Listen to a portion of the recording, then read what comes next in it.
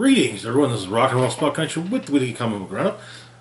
We've got ourselves a decently sized haul, so we'll go and get started with this week's X-Men books, as well as Spider-Man, Star Wars, and Magic the Gathering. Kicking things off, we've got 10 Deaths of Wolverine, number 2. Where we'd left off, a mysterious structure had formed, had sprouted out of the island, and was discovered by Black Tom. And a techno-virus infected Wolverine and popped up and killed him. Also, Moira McTaggart, after the events of Inferno, has escaped from Krakoa and eventually went to speak with Dr. Jane Foster. And, yeah. She's got cancer, it turns out. Mystique made an attempt on her, and Moira escaped. And Moira, furthermore, made a point of disguising herself to continue to, well, hide. So, in Oklahoma, Moira stops at a convenience store, gets a burner phone, and then holds the place up. She uses the burner phone to call Jane Foster, who explains that there's something odd about the samples she got from Moira. The cancer cells have fluoronic matter woven into them.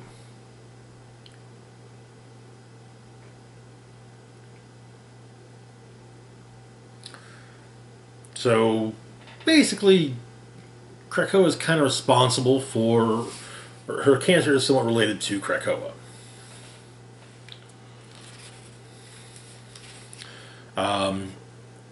We got a logbook entry, which we'll go over on Mutant Monday. In the Gulf of Mexico, we get some fishermen grab a shark, seemingly. But it's really heavy, and they pull it up. The Omega Wolverine, as he's being referred to, climbs onto the boat, throws the those board off, is stabbed by one of them, but yeah, and heads on.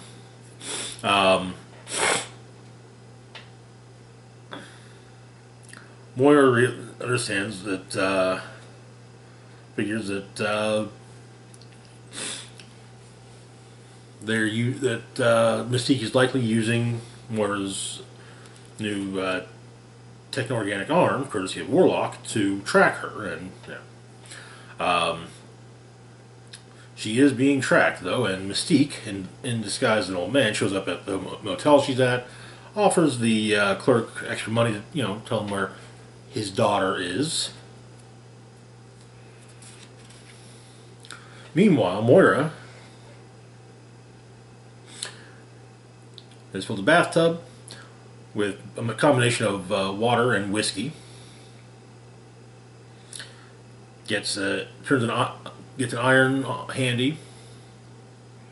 Takes a lighter to a butcher knife, and cuts the techno-organic arm off and cauterizes the one with the iron.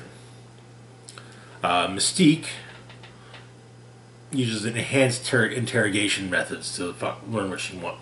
Get the information she wanted from the desk clerk. But Moira left a surprise in her room, and the motel explodes. Miss Destiny explains that apparently Raven was certain herself to see the future as negotiable. Also, Destiny senses that a figure that keeps materializing in her mind, a man in black, Death himself, is also on the hunt. There's another entry about Sage's logbook, because they're in the Singing Stones, and Forge is investigating the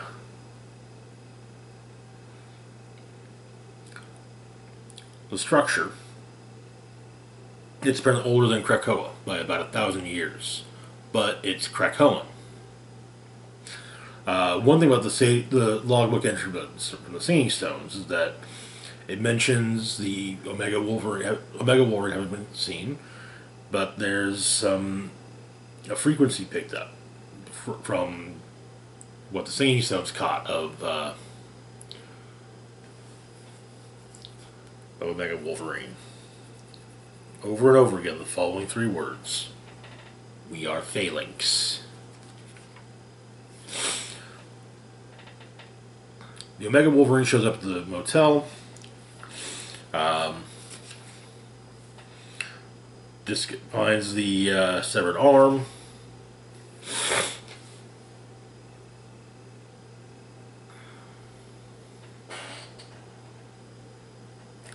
And realizes, and Moira's watching from a distance as he escapes, explaining that she's seen the future and just didn't think it would get there so fast. Obviously, in reference to Life Note, I believe it's her 9th life, which was the year 1000 segments of House of X and Powers of 10. But that was 10 Deaths of Wolverine number 2. I like that they're following up on the events of Inferno, and so far it's very interesting. It's good.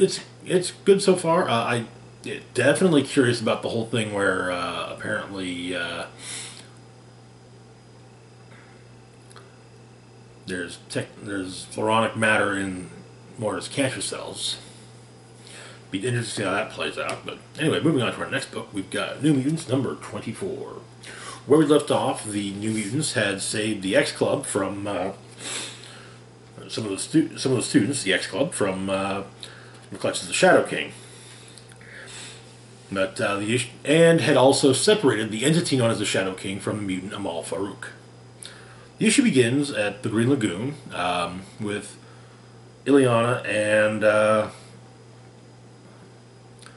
Richter having a drink and talking about things. And Ileana's kind of thinking that, they're supposed to be better, but it feels wrong they haven't developed a better means of communication as mutants. Something that's specific to them. When Richter says asks like a language, she explains like a deeper connection to nature. Something more elemental that would help completely get rid of miscommunication. They're supposed to be connected. They're supposed to be united in a way that's not possible for humanity, but they're flailing around in the dark.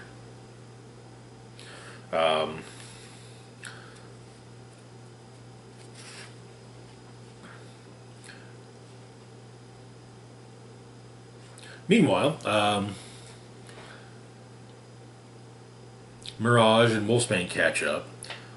Some apologies are thrown about, namely the fact that, well, simply put, Mirage wasn't there for Wolfsbane when Wolfsbane needed her.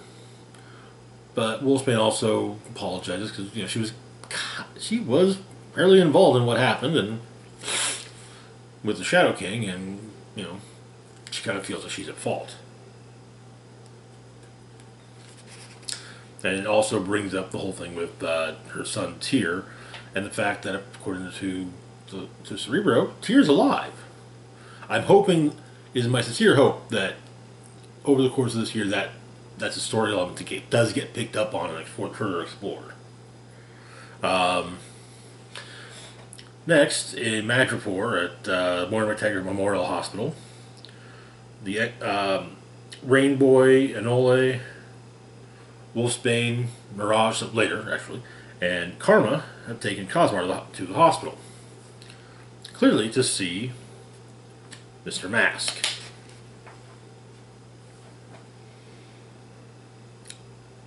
Mask sees Cosmar and simply says that, he'd been told the next one was going to be hard, but apparently she's shining right through the surface. And We then get a journal entry from Warpath, and a moment that honestly I've been waiting to see since the end of Trial of Magneto. The reunion of Thunderbird and Warpath. Sadly, Warpath was not there when his brother was resurrected, and Thunderbird actually kind of wants to know why that was. And Warpath says it's because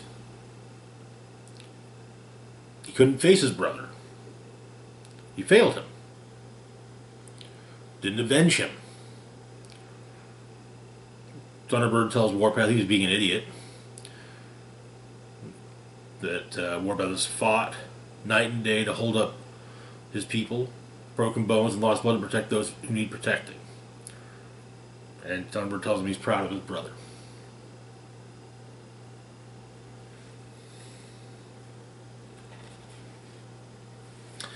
Back at the Green Lagoon, Richter and Magic are continuing their conversation. In part, and part of it, let's get brought up how, where the place Richter was when the call for to come to Krakoa came. That he was so terrified even touching the ground that he'd shake himself and everything apart. At the end of the bar is Madeline Pryor. We also get the quasi-resurrection of No Girl. So, for those possibly unaware, No Girl was an ex-student who was psychic, who had been tortured by the U-Men. I want to say, most likely I would say during Grant Morrison's run, who had basically kept her brain alive, but then just did use her body for their own nefarious purposes. The U-Men tended to the U-Men's thing was grafting mutant body parts, especially internal organs, into human bodies. But No Girl has been given a husk. The five have gotten a husk gotten her a body, and yeah. And she's given a new name, Cerebella. But we see Cosmar. Mask has managed to make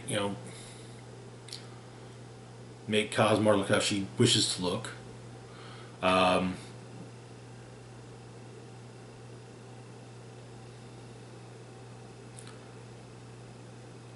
Proud Star Brothers are enjoying their reunion.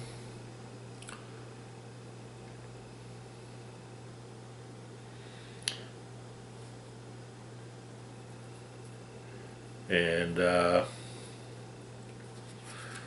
we see glimpses of things such as Madeline Pryor having talked with Havoc.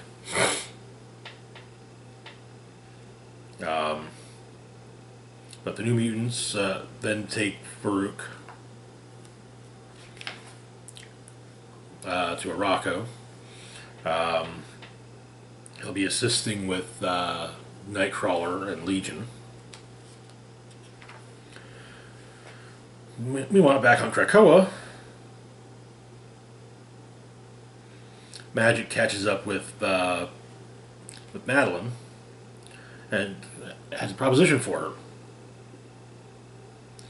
Basically saying how you done a shot at everything you've ever wanted. And that is where the issue ends. Ads in various Marvel books from, I want to say since last month at least, have hinted at next issue being, the main point of next issue being, well, Magic versus the Goblin Queen. But New Mutants 24 was good. I'll say that I don't remember the name of the artist who'd been working on the title previously, but I like the guy I like the person the artist they got doing this issue. I kind of hope they stick around. Take a look at the credits. Danilo Beirut. I hope they stick around because I like their style. I feel like it works a lot. It it fits the book better in my opinion. But anyway, moving on to our next book, we've got Secret X-Men. Okay, so back during the Hellfire Gala, we had the whole thing of the X-Men election. Polaris was elected to join the X-Men. However, there were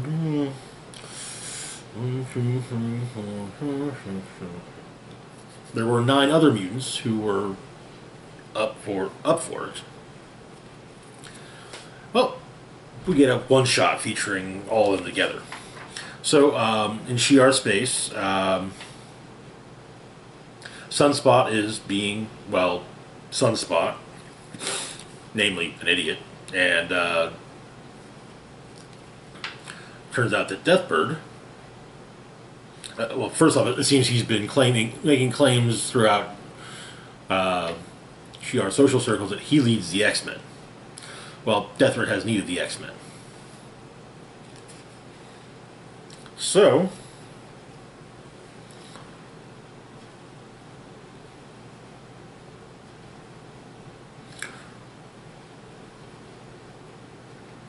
Sunspot goes to, well, recruit himself a team. Starting, of course, with his best friend, Cannonball, who also happens to be the closest to him right at the moment, since Cannonball also is in Shi'ar space with his wife and their kid. Then he brings together the rest of the team. Tempo, Banshee, Strong Guy, Boom Boom, Marrow, Armor, and Forge. But Gladiator and Smasher show up.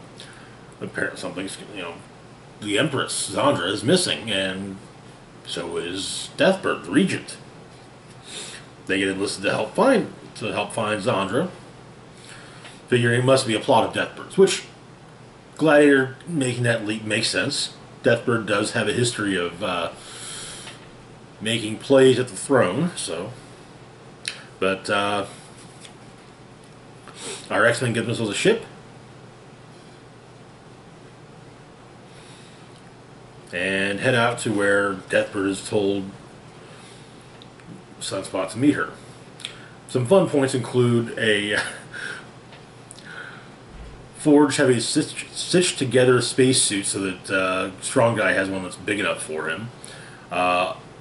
And Marrow discovers she can basically make a spacesuit out of bone that works for herself, which is actually really cool looking. I think that's awesome.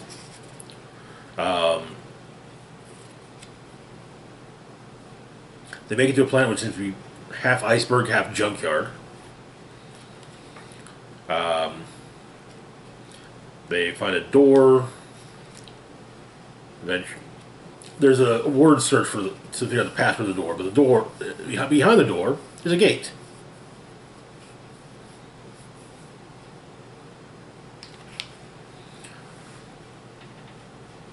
A gate that leads to Deathbird's ship. Aboard the ship is the Empress Zandra, not a prisoner, as well as the Imperial Guard's 2 resident psychics. And they hired. It turns out that Deathbird had hired some muscle to, basically show that the squad of X-Men were worthy protectors of Zandra.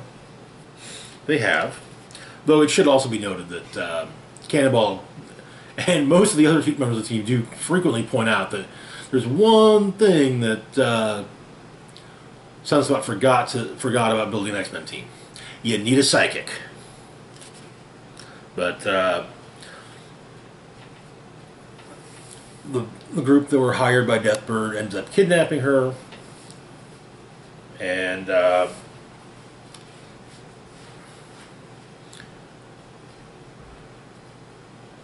escaping with her. But basically, Zandra wipes over his memories of what happened. Kind of giving it a delay of, get through the gate, you'll be good. And then you'll forget this whole thing ever happened. saying that her X-Men must be a secret.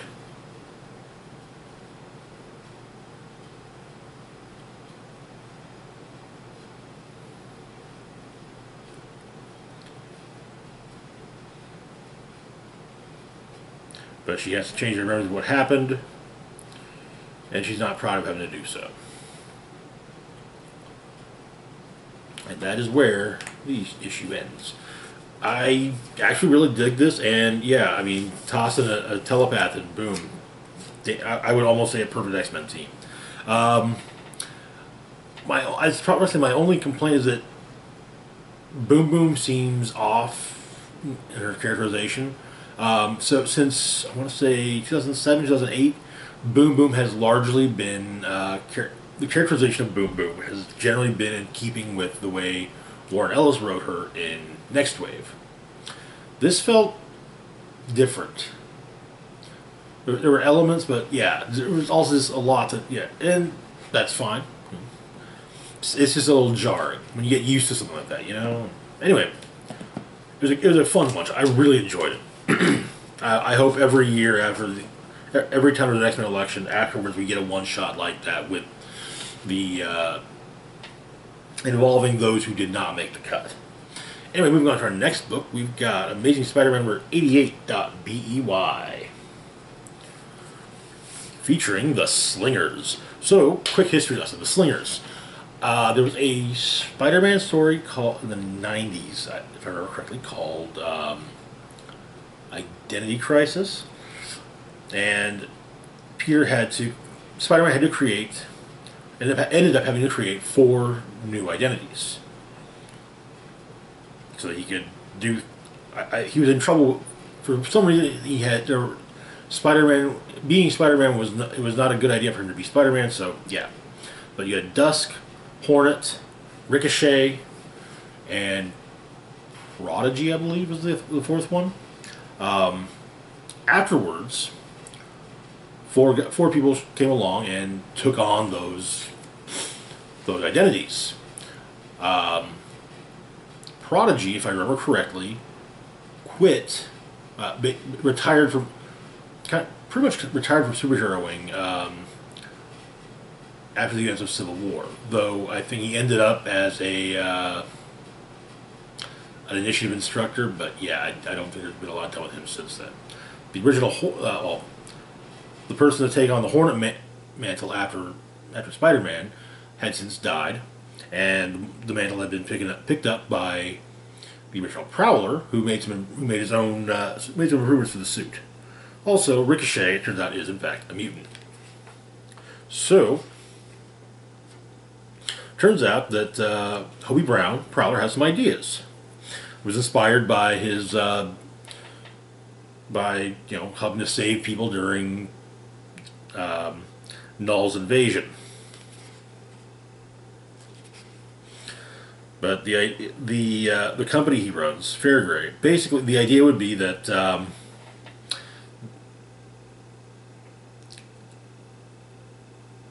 helping people that are affected by the big superhero kerfuffles. However, Beyond has just bought Fairgrave.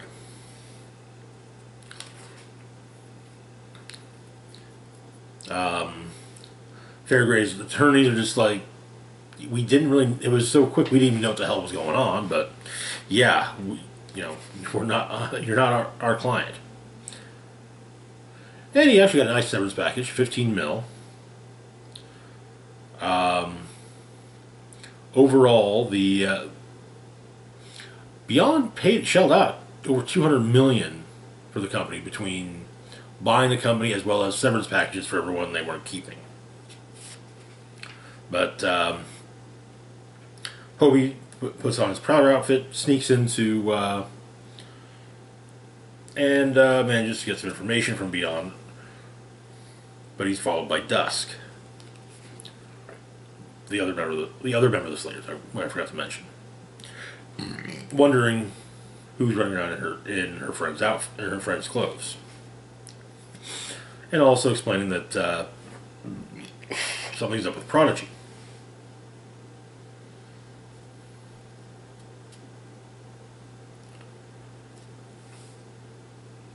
She has does have some precognitive abilities, precognitive-ish abilities.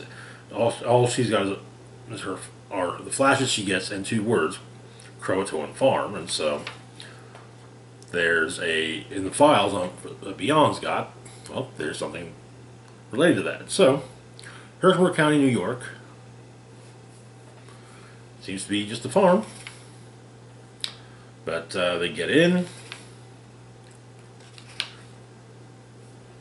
And Ricochet, as well as some Beyond scientists, are dealing with some, oh God, what are they called? Water bears. There's a name for them, but they're like, but these are the giant versions, basically. But the Slingers save the day, and Hornet is offered a position with Beyond. That is where the issue ends. It'd be kind of nice to see the Slingers make a comeback. I remember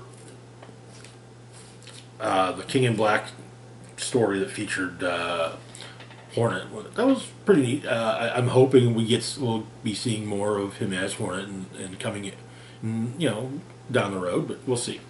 And we move on to our next book. We've got Darth Vader number 20. Where we left off, Vader had discovered the extent of Crimson Dawn's reach, the galaxy. Also, one of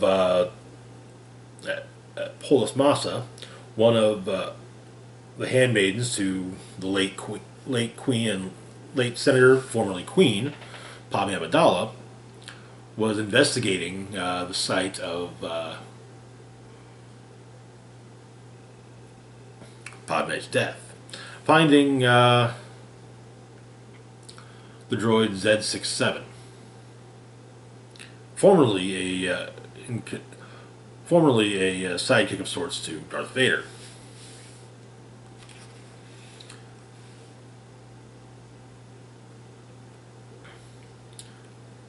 But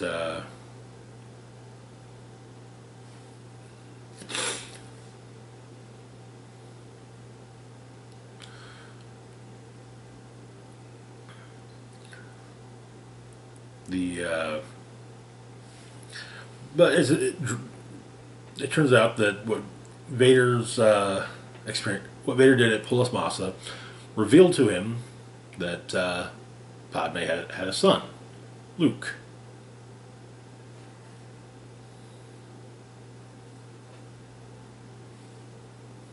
But it turns out that most people believe that Vader killed Padme.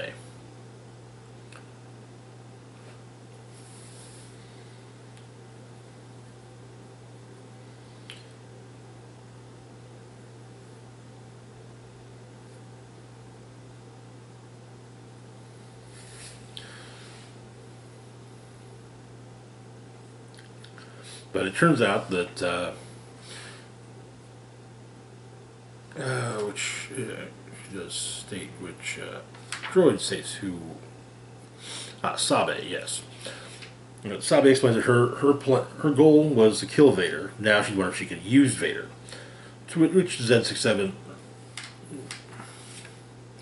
states it's ridiculous that Sabe thinks either is possible, but it should be fun.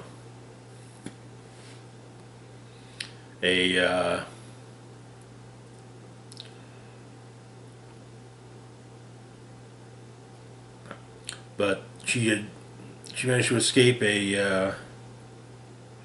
she was actually present at the end of the previous issue and implanted a list of known Crimson Dawn agents.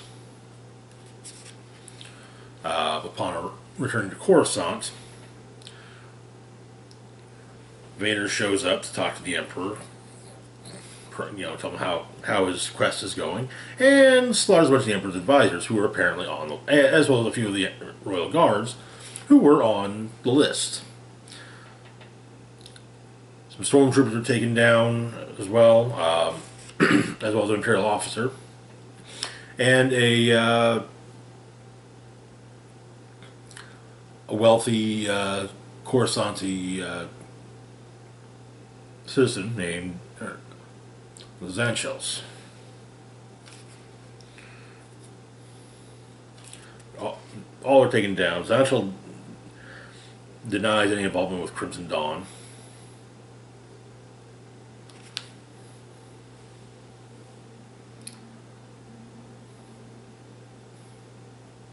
But Vader's realized that the list was a plant. Ochi asks how it is that Vader knew this, and Vader said that when Ochi said he only confirmed half the list were Crimson Dawn, he knew the list was a plant. Everyone else on the list, well, they were agents of chaos, and he swore to bring order. Ochi is told to find out what connects people on the list, so they can then find out who planted it and why. Ochi talks with Sly Moore. So, the list was a plant, half the list were loyal Imperials, and it left out a bunch of the real infiltrators. And Sly asks Ochi why he didn't say anything. He says that he wasn't honest, so why make trouble?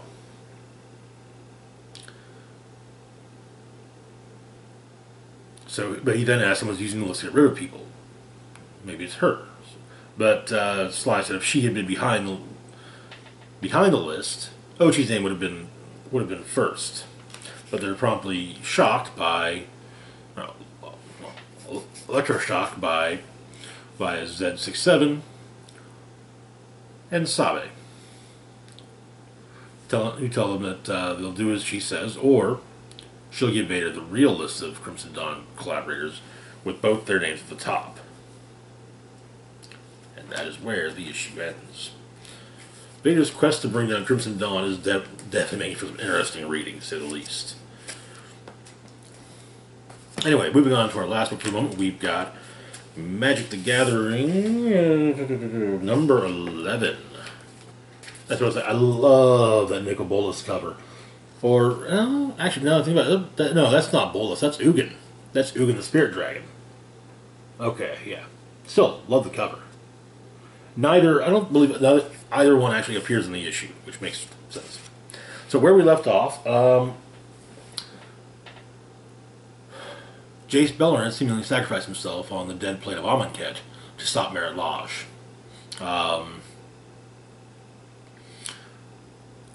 Our three heroes, Vraska, Zarek, and Kaya, had fractured as Vraska was more than willing to stay with Jace as he died. But Kaya forcibly saved her. When they returned to Ravnica, though, something was off. And they were being hounded by the locals. So we begin on Dominaria. 3 months have gone by. The specific spot in Dominaria being Urborg, which is described as an ash-shrouded isle of bogs of spirits, of volcanoes, witches, and necromancers. Urborg's history is one where madness and majesty intertwine, a place that has birthed both monsters and saviors, and looming over it all, the Stronghold. But Chandra is looking for something within the Stronghold. How long is this? 3 months previously, Chandra had gone to speak with Teferi.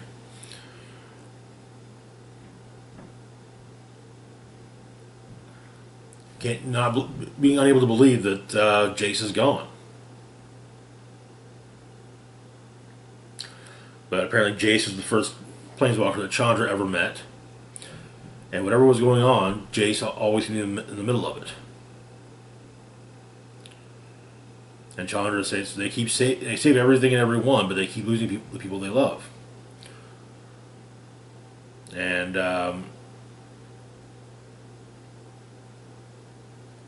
Perry says every friend of theirs who has died to protect others has done it gladly, which is why they honor them.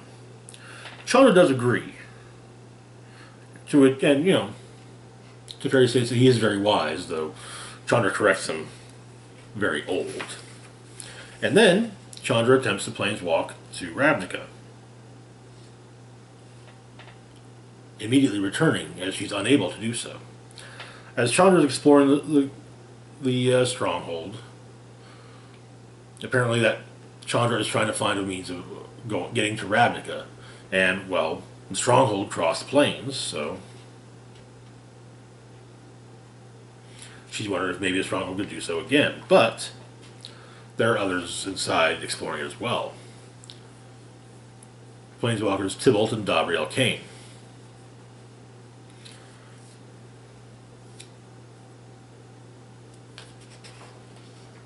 Fight breaks out between Chandra and the two, and Chandra gets some unexpected backup from Garruk, the huntsman. Apparently this is the first time Garruk and Chandra have met. Interesting, seeing as that for a while they were among the 5 faces of Magic the Gathering, storyline-wise. But Tybalt has pulled a lever within the stronghold, which basically releases all the flow stone within the stronghold, right toward the town. And so Chandra goes to stop it, asks Garruk for help. Garruk's like, meh, not my problem. She states that, okay, fine, then, if I can't stop this, that town's blood's on your hands too. And he says, I've got blood. I've already got plenty of blood on my hands. That town won't be the first bit of blood on him. It won't be the last either. But Garruk does end up helping her. And Chandra does what she does when faced with a problem. She burns it. Flowstone is quasi-sentient stone. So, yeah. But something rises from the flowstone, and they are then and is stopped by another planeswalker. You're right, another planeswalker, Nico Eris, the Fate Scorned. But she's needing the help of Kaya, and so she's come to Chandra. That is where the issue ends. I don't think I've ever heard of Nico Eris, the Fate Scorner, when it comes to planeswalkers. But sometimes I'm not as plugged into Magic the Gathering as others. So yeah. Anyway, that's going to do it for now. As always, feel free to like, share, and subscribe. Links to my Facebook, Twitter, Patreon, and PayPal can be found in the description box down below. This is Rock and Roll Spock signing off, saying live long and rock hard.